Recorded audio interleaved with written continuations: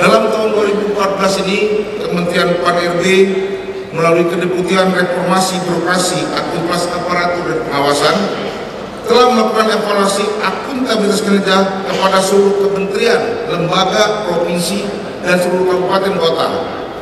Laporan hasil evaluasi untuk kementerian dan lembaga pemerintah provinsi telah kami serahkan pada tanggal 24 September 2014 yang lalu. Evaluasi akuntabilitas kinerja kabupaten dan kota tahun 2014 ini dilaksanakan terhadap 462 kabupaten kota. Sebenarnya seluruhnya hanya yang 462 ini adalah yang telah menyerahkan laporan kinerjanya kepada kami di Menpan sebagai dasar awal kami untuk melakukan evaluasi. Jumlah kabupaten yang dievaluasi ini terus meningkat dibandingkan tahun sebelumnya, yaitu tahun 2010 hanya 272, 2011 180, 2012 ada 438, 2013 ada 424, dan 2016 adalah 462 yang menyerahkan laporan kinerja atau lakibnya. Evaluasi pada tahun 2014 ini dilakukan bersama dengan Badan Pengawasan Keuangan dan Pembangunan (BPKP) dan Inspektorat Provinsi, selain oleh Kementerian Pan-RB dengan rincian sebagai berikut. BPKP membantu mengevaluasi 74 kabupaten kota, Inspektorat Provinsi 102 kabupaten kota, Kementerian Pan-RB 286 kabupaten kota. Dan untuk masa mendatang, Bapak Menteri kami melaporkan bahwa kami akan membina kepada Inspektorat Provinsi yang nanti akan melakukan pembinaan evaluasi kepada kabupaten dan kota di masa yang datang. Hadirin yang berbahagia, hasil evaluasi untuk melihat bagaimana tingkat akuntabilitas kinerja daripada pemerintahan daerah diperingkatkan menjadi beberapa sebutan. Yang paling tinggi adalah AA dengan nilai 85 dengan 100, ini kategori memuaskan. Kemudian A dengan nilai 75 sampai 85 dengan peringkat sangat baik. Kemudian B 65-75 dengan peringkat baik. CC 50-65 peringkat cukup baik. C 30-50 kurang, dan D 0 sampai dengan 30 sangat kurang. Rata-rata hasil evaluasi tahun 2014 ini juga mengalami perbaikan, yaitu tahun 2010 hanya rata-rata seluruh kabupaten kota 37,51, 2011 40,68, 2012 turun lagi malah 40,38, 2013 naik kembali menjadi 43,82, dan 2014 naik menjadi 44,30. Perkembangan nilai akuntabilitas tahun 2014 adalah sebagai berikut. Untuk tahun ini ada 11 kabupaten kota yang mendapatkan nilai B, dibandingkan tahun 2013 hanya 4. Ini peningkatan hampir 150%. Sebenarnya target kami di Kedeputian adalah 20, Pak Menteri. Jadi kami tidak mencapai target. Sebenarnya kami inginnya ada 20 minimal. Yang CC dari 149 malah turun menjadi 120. Yang C masih banyak juga, ada 241, dan D walaupun turun masih ada 38 yang nilainya antara 0 sampai dengan 30. Ini berarti tidak ada sama sekali ukuran kinerja di pemerintahan daerah tersebut. Bapak Menteri Pan-RB, Bapak Menteri Dalam Negeri, selamat datang Pak.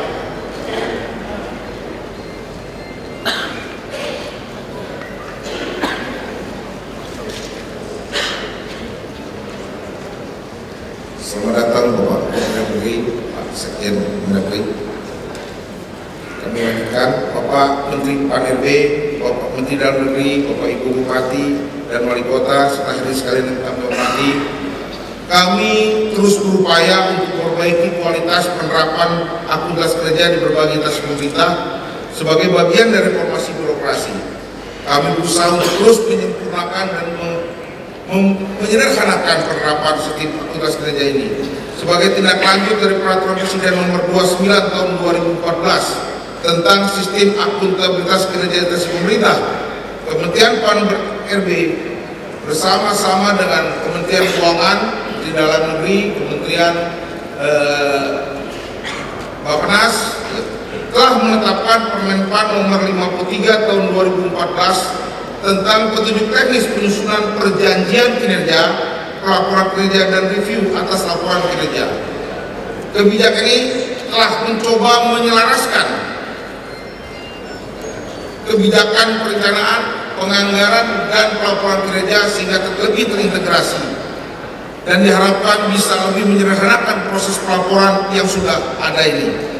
Permenpan ini akan menjadi acuan dalam penyusunan laporan kinerja tahun 2014 dan penyusunan perjanjian kinerja tahun 2015. Untuk itu agar menjadi perhatian Bapak Ibu Bupati dan Wali Kota serta para hadirin sekalian.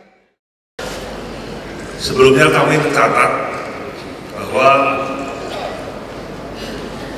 di kementerian kami ini yang perlu diketahui bahwa pada triwulan pertama tahun 2014 ini ada sejumlah 625 peraturan daerah dan ditemukan 36 perda yang bermasalah. Pengertian bermasalah itu luas sekali, sehingga total seluruh perda-perda yang telah dibuat oleh pemerintah daerah, provinsi, kabupaten, kota ini sudah mencapai 3.000 perda yang terpaksa Kemendagri minta klarifikasi dan minta untuk direvisi kembali. Yang kedua, pada triwulan kedua tercatat ada 66 perda yang kita anggap bermasalah, dan triwulan ketiga ada 141 perda bermasalah, dan triwulan keempat ada 225 perda yang bermasalah.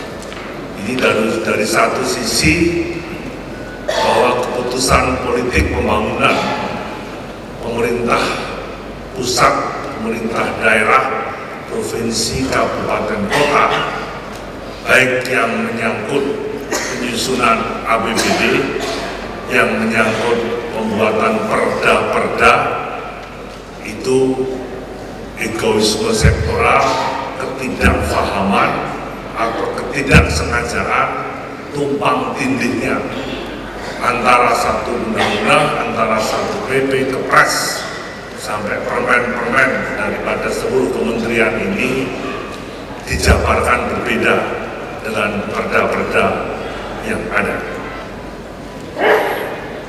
Yang ketiga, evaluasi Kemendagri, Bapak Menteri PAN dan dari semuanya, kami sedang mencoba mengevaluasi diri seluruh kementerian dalam negeri, karena Kementerian Dalam Negeri adalah poros daripada pemerintahan kita. Tahun 2014 saja, sesuai catatan BPK yang disampaikan kepada kami, baru 36%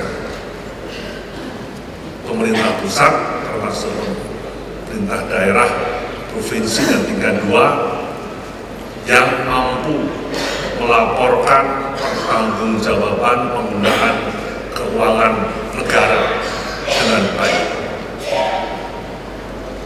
Ini sesuatu hal yang cukup menyedihkan, dan target kami tahun depan sudah dikoordinasikan dengan seluruh dirjen, dan besok kami akan ada rapat inspektorat seluruh Indonesia bagaimana mengendalikan atau mempertanggungjawabkan penggunaan keuangan daerah, termasuk di dalamnya adalah yang menyangkut pemahaman mengenai gratifikasi, dan tahun depan Kemendagri bertekad menjadi tahun tanpa adanya korupsi di Kementerian Dalam Negeri. Karena kementerian yang lalu, Kementerian Dalam Negeri ini tercatat ada 314 pejabat pusat sampai daerah yang terlibat masalah korupsi. Saya kira Gubernur Riau kemarin yang terakhir ternyata disusul bangkalan sampah. Mudah-mudahan yang paling akhir menutup tahun 2014 ini. Ada beberapa masalah yang ingin kami sampaikan pada forum berbagi ini. Memang salah satu hal kendalanya adalah masalah manajemen pemerintahan. Juga perlu perhatian pada beberapa provinsi-provinsi yang masuk dalam kategori provinsi kepulauan, yang tentunya penanganan penganggarannya juga harus sama dengan provinsi-provinsi daratan yang lain, khususnya dalam upaya untuk memformulasikan yang terkait dengan dana alokasi umum untuk setiap provinsi, khususnya provinsi kepulauan. Yang ketiga adalah kedudukan gubernur memang perlu dipertegas sebagai wakil daripada pemerintah pusat, terutama terkait dengan koordinasi antara berbagai kegiatan pusat di daerah, termasuk sanksi administratif pusat pada daerah ini yang harus dipertegas. Oleh karena itu kami mohon pada Menteri PAN dan Reformasi Birokrasi mempercepat berbagai aturan perundang-undangan yang ada yang menjadi pengikat untuk seluruh komponen dan struktur kepegawaian kita di seluruh instansi. Berikutnya kita ingin ada mendorong agar adanya efisiensi dan efektivitas serta produktivitas dalam penyelenggaraan pemerintahan. Inefisiensi ini yang saya kira perlu dipertegas. Kemarin baru saja kami membatalkan pengajuan mobil dinas gubernur dan ketua DPRD yang seharga 4,7 miliar. Memang PAD-nya tinggi dan tapi kan standarnya ada, standar 2700 cc, walaupun tidak disebutkan mereknya. Saya kira sesuatu hal yang perlu kita cermati. Berikutnya adalah antara sinergitas pemerintah daerah, baik kabupaten kota dengan provinsi, dan provinsi dengan pusat. Kami telah hadir pada pertemuan yang kita undang antara gubernur, Kapolda dan Kepala BIN. Kemudian Bapak Presiden juga sudah berdialog dengan Kapolda, dengan gubernur, dengan Kajati seluruh Indonesia. Saya juga sudah memberikan beberapa arahan materi keterpaduan pemerintahan kepada seluruh jajaran Kapolda dan Kapolres Indonesia serta jajaran Komandan Kodim, Pangdam dan Korem se-Indonesia. Bagaimana membangun sebuah forum komunikasi musyawarah pimpinan daerah dalam rangka membangun efektivitas pemerintahan ini ke depan. Bapak Menteri PAN khususnya bahwa hubungan pusat daerah dalam permasalahan otonomi daerah juga masih terjadi hambatan. Mulai tahun 99 hingga sekarang lebih kurang 300 otonomi baru itu mencapai 60% yang daerah otonomi itu ternyata tidak mampu untuk meningkatkan PAD-nya, tidak mampu untuk meningkatkan pemerataan pembangunannya, dan tidak mampu untuk meningkatkan kesejahteraan rakyatnya. Daerah yang berpenduduk 2 juta dengan daerah yang berpenduduk 20.000 itu jumlah SKPD-nya sama. Yang penting saya lebih gagah jadi kepala tikus daripada buntut gajah. Maunya jadi bupati, jadi wali kota, tetapi jumlah penduduknya hanya 20.000. Ada satu provinsi yang jumlah penduduknya kurang dari 2 juta, tapi menuntut hak dan kedudukan yang sama, dan ini masih memberatkan APBN kita. Memang banyak perlu adanya kejelasan tentang berbagai wewenang, tentang berbagai penyelarasan undang-undang yang ada, baik yang terkait dengan perimbangan keuangan pusat daerah yang terkait dengan hal-hal yang berkaitan konflik-konflik yang berinterpretasi dalam penjabaran dari berbagai undang-undang sektoral.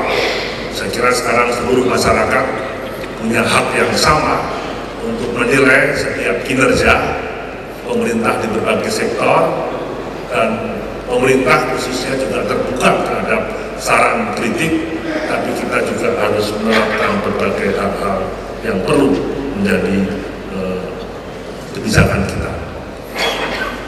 Kebijakan Menpan akan kami dukung, sudah kita instruksikan bahwa stop adanya pemborosan, dana alokasi khusus daerah itu lebih difokuskan kepada pembangunan infrastruktur untuk kepentingan petani, nelayan, dan buruh, kemudian memotong habis berbagai retribusi yang tidak perlu yang berkaitan dengan perizinan.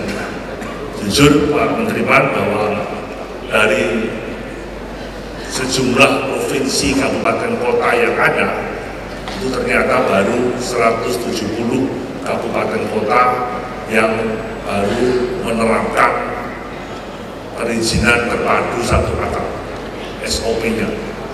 Baru 170. Saya kira ini akan terus kita maju ke depan agar seluruh birokrasi pemerintahan pusat sampai kelurahan dalam konteks pemerintahan daerah ini mampu memberikan pelayanan yang terbaik. Forum ini kami mengapresiasi. Kemarin juga Menteri PU juga memberikan penghargaan kepada beberapa provinsi, kota, kabupaten yang pembangunan infrastrukturnya itu mencapai harapan dan target, dan ada kemaslahatan buat masyarakat yang ada di daerah tersebut. Saya kira ada koordinasi kami dengan Pak Menteri Pan, dengan Menteri Kehutanan khususnya dan lingkungan, serta Menteri Pekerjaan Umum dan Kementerian Agraria Pertanahan, karena kementerian inilah yang sangat-sangat terkait dengan peningkatan kualitas proses pembangunan di daerah yang sudah dicanangkan oleh Bapak Presiden mulai tahun 2015 ini.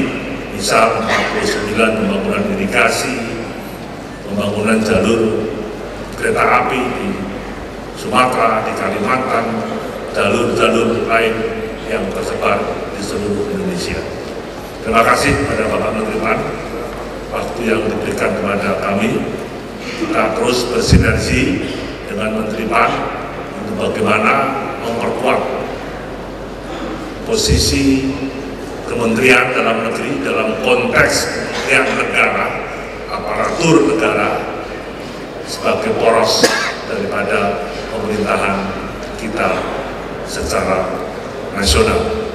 Kemendagri sendiri sedang mencoba menata ke dalam, khususnya tadi yang kami sampaikan, pertanggungjawaban keuangan mulai dari Kemendagri sampai kepada kabupaten kota, dan kita minta pada BPK untuk lebih mempersingkat proses pertanggungjawaban keuangan di tingkat kecamatan dan di tingkat kelurahan yang bisa lebih dipahami. Semoga ke depan Indonesia, khususnya jajaran kementerian ini, akan ada sebuah proses yang lebih baik dalam melayani masyarakat.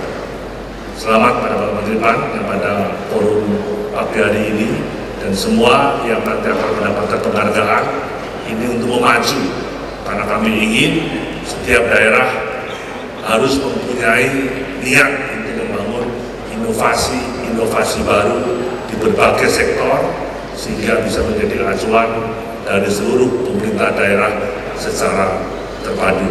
Sekian, terima kasih. Assalamualaikum warahmatullahi wabarakatuh. Ini adalah era revolusi mental. Era revolusi mental dalam konteks reformasi birokrasi terhadap aparatur sipil negara adalah sebuah kesadaran kita untuk berubah menjadi lebih baik. Perubahan-perubahan yang akan kita lakukan adalah perubahan-perubahan untuk bisa melayani rakyat dengan sebaik-baiknya, meningkatkan kinerja pelaksanaan tugas-tugas kita yang lebih berorientasi kepada efisiensi, efektivitas, dan produktivitas sebagaimana tadi disampaikan oleh Bapak Menteri Dalam Negeri. Revolusi mental ingin mengembalikan jati diri aparatur sipil negara pada porosnya sebagai pamong praja, sebagai abdi negara, sebagai abdi masyarakat yang harus bekerja dengan ikhlas dan sepenuh hati. Bapak dan Ibu sekalian, revolusi mental juga mendasarkan kepada pemantapan nilai-nilai ideologi Pancasila yang berketuhanan, yang berperikmanusiaan, yang berkerakyatan dengan landasan kebersamaan dan gotong royong. Bapak Presiden berpesan kepada kita semua untuk lebih meningkatkan kerjasama, untuk membangun kembali semangat kegotong royongan. Tidak ada hasil-hasil pembangunan yang dapat dicapai dengan sempurna dan baik sebagaimana direncanakan oleh pemerintah dan kita bersama tanpa kerjasama, tanpa kegotong royongan. Oleh karenanya, dalam kesempatan ini saya menyampaikan pesan dari Bapak Presiden di dalam upaya kita meningkatkan kinerja kita, di dalam rangka meningkatkan pengabdian kita kepada bangsa, negara, dan masyarakat, maka mulailah meninggalkan ego-ego sektoral. Mulailah kita bekerja lintas sektoral, satu institusi dengan institusi lain, satu unit organisasi dengan unit organisasi lain, satu penyelenggaraan pemerintahan dengan penyelenggaraan pemerintahan lain untuk mencapai visi dan misi pembangunan bersama dalam rangka peningkatan kesejahteraan rakyat, kemakmuran rakyat, dan pemerataan hasil-hasil pembangunan. Sasaran dari revolusi mental mencakup 3 objek. Yang pertama adalah para pemimpin puncak, dari mulai presiden, wakil presiden, para menteri, para gubernur, bupati, wali kota. Dan sasaran yang kedua adalah seluruh aparatur sipil negara. Bapak dan Ibu sekalian yang hadir di sini, para SKPD dan pemimpin-pemimpin lainnya yang diharapkan mampu menjadi guru dan teladan yang baik bagi masyarakat. Pada acara peringatan Hari Ulang Tahun ke-43 Korps Pegawai Republik Indonesia 1 Desember yang lalu, Bapak Presiden Joko Widodo mengingatkan aparatur sipil negara adalah guru sekaligus teladan masyarakat. Sebagai seorang guru, tentu segala tindak tanduk dan perilaku kita diperhatikan oleh masyarakat. Sebagai seorang guru, tentunya segala perbuatan kita harus mencerminkan hal-hal yang baik, perilaku-perilaku yang baik, kerja-kerja yang baik, sehingga layak dijadikan suri keteladanan. Dengan demikian, sasaran yang ketiga dari revolusi mental adalah masyarakat pada umumnya akan mudah kita gerakan karena mendapatkan keteladanan dan contoh yang baik dari kita semua. Kepercayaan masyarakat sangat penting, dukungan masyarakat sangat penting. Kepercayaan dan dukungan masyarakat tumbuh dari kerja-kerja ikhlas yang kita lakukan bagi mereka. Karenanya Bapak Presiden juga berpesan, di dalam melaksanakan tugas-tugas pemerintahan, dimanapun kita berada, apapun posisi dan tugas tanggung jawab kita, layanilah rakyat dengan sebaik-baiknya. Rakyat adalah sumber legitimasi yang kita dapatkan. Karena rakyatlah kita mendapatkan kedudukan dan kehormatan sebagaimana kita rasakan. Oleh karenanya itu, mari kita kembalikan seluruh dedikasi kita, loyalitas kita, totalitas kita, kerja-kerja di dalam penyelenggaraan pemerintahan bagi kepentingan rakyat banyak. Akuntabilitas kinerja institusi pemerintahan juga ditentukan oleh seberapa besar masyarakat bisa kita layani dengan sebaik-baiknya, oleh seberapa luas masyarakat bisa menerima pelayanan kita dengan baik, dan seminimal mungkin masyarakat menyampaikan keluhan-keluhan terhadap pelayanan yang kita lakukan. Revolusi mental yang ingin dilakukan adalah merubah mindset, cara berpikir kita yang selama ini mungkin di dalam pandangan masyarakat kita lebih dilihat sebagai birokrat yang priayi, birokrat yang lebih senang dilayani. Namun dengan pencanangan gerakan revolusi mental, kita diminta oleh Bapak Presiden, kita dituntut untuk menjadi birokrat pelayan rakyat, birokrat yang mengedepankan kepentingan rakyat di atas kepentingan kita masing-masing. Sasaran berikutnya dari revolusi mental adalah menyangkut struktur organisasi, struktur pemerintahan. Tadi juga sudah disinggung oleh Bapak Menteri Dalam Negeri bahwa pembenahan terus dilakukan. Langkah-langkah efisiensi terus dilakukan seiring dengan instruksi Bapak Presiden untuk stop pemborosan. Ini bukan zamannya lagi menilai sebuah kinerja atas dasar serapan anggaran. Sekalipun laporan anggaran yang dilakukan oleh Bapak dan Ibu sekalian adalah benar, sesuai dengan prosedurnya, namun bukan berarti sebuah kinerja yang baik didasarkan oleh habisnya anggaran dengan sebuah prosedur yang benar. Kinerja yang baik ditentukan oleh seberapa besar efisiensi bisa kita lakukan tanpa mengurangi efektivitas dan produktivitas daripada kinerja itu sendiri. Bapak Presiden juga mengamanatkan kepada Bapak dan Ibu sekalian, kepada kita semuanya untuk melakukan audit organisasi. Tadi juga disinggung oleh Bapak Menteri Dalam Negeri, apakah sebuah wilayah dengan penduduk 2 juta, yang penduduknya 200.000, bahkan penduduknya hanya 20.000, harus memiliki struktur organisasi dan jumlah pejabat yang sama. Kitalah sebagai pemimpin-pemimpin puncak pada institusi penyelenggaraan pemerintahan di daerah masing-masing harus mau dan mampu melakukan audit organisasi. Melihat apakah organisasi ini terlalu gemuk, apakah organisasi ini sudah efektif, apakah orang-orang yang berada dalam penyelenggaraan pemerintahan yang kita pimpin sudah benar-benar bekerja dengan sebaik-baiknya. Pemerintahan yang berlangsung adalah sebuah fondasi untuk menata Indonesia yang lebih baik di masa yang akan datang. Oleh karena itu, kami berharap Bapak dan Ibu sekalian memiliki sebuah kesadaran bersama untuk melakukan penataan struktur yang lebih baik di masa yang akan datang. Di dalam kajian-kajian Kementerian Pendayagungan Aparatur Negara, ke depan aparatur sipil negara yang diinginkan sebagaimana tertuang di dalam Undang-Undang Nomor 5 Tahun 2014 tentang ASN, bahwa kita mengharapkan ke depan pegawai negeri sipil atau aparatur sipil negara adalah orang-orang yang berkualitas, orang-orang yang berintegritas, orang-orang yang profesional dan tersejahterakan.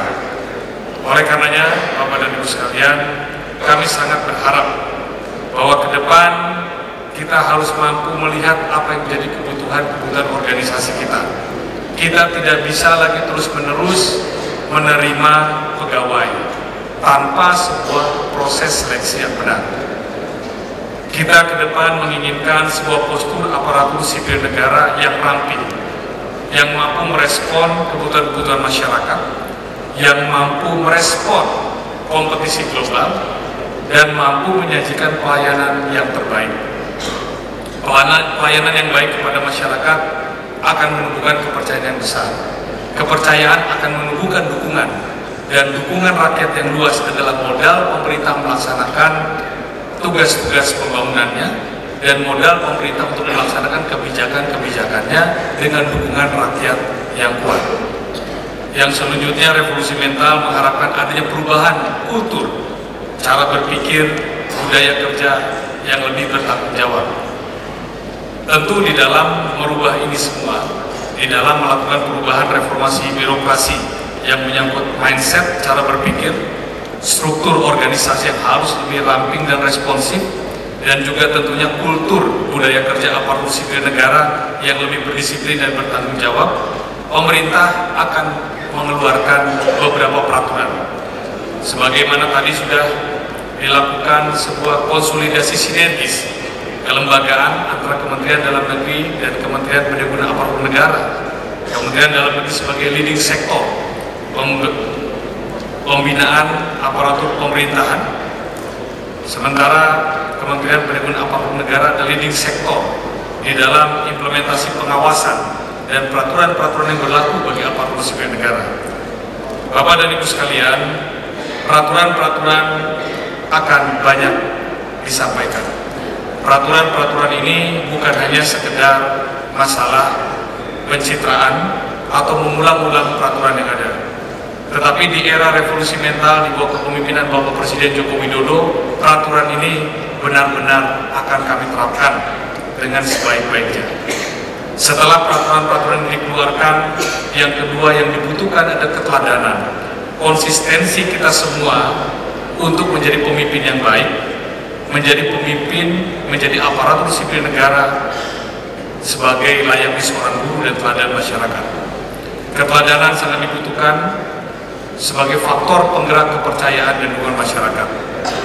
Yang ketiga tentu pengawasan. Pengawasan juga penting. Setelah ada peraturan, setelah ada keteladanan, tanpa pengawasan segala sesuatu produk-produk yang kita keluarkan bisa dianggap sebagai rutinitas biasa. Tetapi tentu pengawasan ini akan kita lakukan lebih intensif lagi. Dalam waktu yang tidak terlalu lama, kami bersama Bapak Menteri Dalam Negeri akan merumuskan revitalisasi peran inspektorat yang tidak hanya merupakan jabatan parkir di kabupaten, kota, atau provinsi, tetapi jabatan yang strategis di dalam memantapkan pelaksanaan tugas-tugas pemerintahan. Revitalisasi peran inspektorat nantinya akan mewajibkan para inspektorat untuk memberikan laporan rutin sekurang-kurangnya 1 bulan sekali kepada pimpinan penyelenggara pemerintahan masing-masing, diteruskan kepada kementeriannya masing-masing, dan ditembuskan kepada Kementerian Perdagangan Aparatur Negara, menyangkut perilaku aparatur sipil negara, menyangkut ketaatan dan disiplin terhadap peraturan-peraturan yang ada, menyangkut pelayanan publik, dan menyangkut efisiensi penggunaan anggaran. Di samping itu juga kami menyampaikan kepada Bapak dan Ibu sekalian, kami sudah melakukan beberapa MOU dengan instansi-instansi pemerintah yang lain, seperti dengan Komisi Pemberantasan Korupsi yang sudah kami lakukan baik di Kementerian PAN maupun Kementerian Dalam Negeri. Kami menolak dan akan memperbaiki pola pelayanan anti gratifikasi. Kami ingin memastikan bahwa seluruh unit-unit penyelenggara pemerintahan ada zona integritas yang bebas dari korupsi. Begitupun juga dalam hal keteladanan, kami sudah melakukan kerjasama dengan Badan Narkotika Nasional untuk memastikan bahwa setiap adanya kecurigaan-kecurigaan terhadap aparatur sipil negara yang menggunakan obat-obat terlarang dan narkoba dapat dilakukan pemeriksaan dan tindakan-tindakan yang diperlukan. Hal ini semua tentu bukan untuk menakut-nakuti kita semua. Hal ini bukan untuk membatasi ruang gerak Bapak dan Ibu sekalian, tetapi prinsip dan semangat efisiensi gerakan penghematan nasional yang disampaikan oleh Bapak Presiden, peraturan-peraturan yang dibuat oleh Kementerian Dalam Negeri maupun Kementerian PAN adalah semata-mata untuk mengembalikan kewibawaan kita semua, mengembalikan kehormatan kita, dan menumbuhkan kepercayaan serta dukungan masyarakat yang besar kepada pelaksanaan tugas aparatur sipil negara. Tentu setelah itu kami juga akan memikirkan reward and punishment-nya. Kita juga akan memikirkan kesejahteraannya. Dalam perspektif jangka menengah dan jangka panjang, aparatur sipil negara yang terbatas namun berkualitas, profesional dan berintegritas harus memiliki standarisasi kesejahteraan yang memadai. Tidak boleh ada kesenjangan yang terlalu panjang, yang terlalu besar antara golongan pegawai yang rendah dengan golongan pegawai yang tinggi. Kami akan memikirkan bagaimana memberikan kesejahteraan yang memadai, juga memberikan imbalan yang layak bagi aparatur sipil negara yang memiliki kinerja melampaui target-target tugasnya. Bapak dan Ibu sekalian, perlu kami sampaikan juga di dalam rangka efisiensi. Kami berharap peraturan-peraturan dan edaran-edaran Kementerian Perdagangan Aparatur Negara yang didukung oleh Kementerian Dalam Negeri ditaati dengan sebaik-baiknya.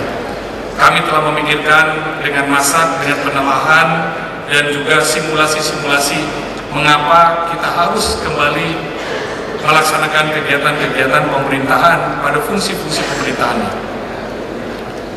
Bapak dan Ibu sekalian, gedung-gedung pemerintah, fasilitas-fasilitas yang kita miliki dibuat untuk efektivitas dan fokus kerja kita menyelenggarakan kegiatan pemerintahan. Kami dari Kementerian PAN dan Kementerian Mendagri telah mengkaji dengan dalam, mendapatkan laporan-laporan dari daerah-daerah, melakukan observasi dan pengamatan yang mendalam, sehingga sampailah pada kesimpulan bahwa seluruh kegiatan-kegiatan penyelenggaraan pemerintahan wajib dilaksanakan dengan menggunakan fasilitas pemerintah. Bagi tempat-tempat atau daerah-daerah yang tidak memiliki fasilitas yang memadai untuk melaksanakan kegiatan rapat dan penyelenggaraan pemerintahan perlu melakukan koordinasi dengan instansi vertikal maupun instansi horizontal. Oleh karena itu, kalau misalnya saya berikan contoh, Kota Bandung tidak memiliki gedung rapat yang memadai dengan kapasitas 200 orang. Ada pemerintah daerah provinsi, itu adalah instansi pemerintah yang dibiayai oleh APBN. Bekerja samalah dengan pemerintah daerah provinsi. Kalau pemerintah daerah provinsi tidak memiliki kapasitas gedung berkapasitas 500 sampai dengan 1000 orang, bekerja samalah dengan TNI dan Polri. Itu juga fasilitas-fasilitas yang dibiayai oleh pemerintah untuk penyelenggaraan kegiatan-kegiatan pemerintahan. Ada gedung secapa, ada Sespit Polri, dan banyak lagi. Begitupun juga ketika Kementerian Pendahuluan Aparatur Negara maupun Kementerian Dalam Negeri tidak memiliki tempat yang memadai untuk menampung lebih dari 1000 orang, kita bisa bekerja sama dengan Yayasan Kartika Eka Paksi Angkatan Darat menggunakan fasilitas yang dimilikinya. Inilah yang dipesankan oleh Bapak Presiden untuk bekerja lintas sektoral dan mengembalikan fungsi pemerintahan kepada tempatnya. Begitupun juga dengan peraturan-peraturan yang lain. Tidak ada maksud kami membatasi hak asasi manusia ataupun hak privat dari Bapak dan Ibu sekalian di dalam melaksanakan kegiatan-kegiatan pesta resepsi, pernikahan atau sejenisnya. Tetapi Bapak dan Ibu sekalian perlu disadari bahwa menjadi birokrat, menjadi pejabat adalah pilihan yang kita ambil. Tuntutan masyarakat bahwa birokrat haruslah merakyat. Masyarakat menginginkan birokrat mencerminkan segala aktivitasnya dengan kesederhanaan. Bisa dibayangkan dan kami alami beberapa kali di berbagai macam tempat, apabila resepsi-resepsi yang dilakukan oleh pejabat-pejabat kita tidak dibatasi, ribuan orang diundang di hari libur, memacetkan jalan-jalan, membuat polisi yang harusnya beristirahat harus bekerja, sementara rakyat hanya bisa melihat dan menyaksikan tanpa bisa menikmati pestanya. Kita pun yang datang hanya untuk sekedar memberikan penghormatan harus antri berjam-jam untuk memberikan salam. Ini tidak efisien. Ini tidak mencerminkan sebuah sikap keteladanan. Oleh karenanya kami berpikir dengan seksama bahwa di dalam melakukan kegiatan-kegiatan resepsi hendaklah dilakukan dengan tidak berlebihan. Kegiatan-kegiatan yang dilakukan di tempat umum haruslah juga merasakan apa yang dirasakan oleh masyarakat. Dengan pembatasan jumlah undangan yang memadai, maka diharapkan kita tidak boros. Uang yang berlebih bisa ditabungkan dan disampaikan kepada anak putra-putri kita. Catering jadi tidak terlalu mahal, tidak perlu gedung yang terlalu besar. Polisi tidak sibuk di hari libur, jalan-jalan tidak macet, dan kita akan mendapatkan simpati dari masyarakat. Bapak dan Ibu sekalian, ini semua bukan untuk membatasi hak-hak privasi, tetapi ini semua untuk mengembalikan kewibawaan kita semua, kewibawaan aparatur sipil negara, sehingga rakyat memberikan dukungan dan penghormatan yang layak kepada kita. Bapak dan Ibu sekalian, di dalam waktu dekat ini juga kami akan melakukan kerjasama dan MOU dengan Badan Intelijen Negara. Badan Intelijen Negara sebagai salah satu instrumen pemerintah akan kita libatkan di dalam proses pengawasan dan pembinaan aparatur sipil negara, sehingga segala sesuatu yang kita lakukan dapat kita antisipasi dengan sebaik-baiknya. Kami berharap Bapak dan Ibu sekalian dapat melaksanakan seluruh rangkaian kerja-kerja dengan sebaik-baiknya dan tetap mengedepankan kedisiplinan. Demikian hal-hal yang bisa saya sampaikan. Sekali lagi saya ucapkan terima kasih kepada Bapak dan Ibu sekalian yang telah bekerja dengan sebaik-baiknya sehingga mendapatkan penghargaan pada hari ini. Selamat bekerja. Wassalamualaikum warahmatullahi wabarakatuh.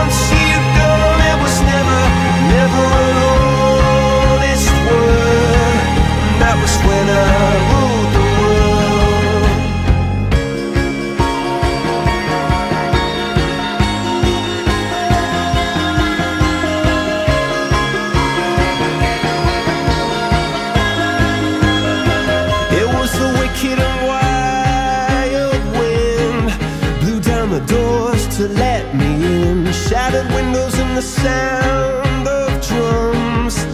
People couldn't believe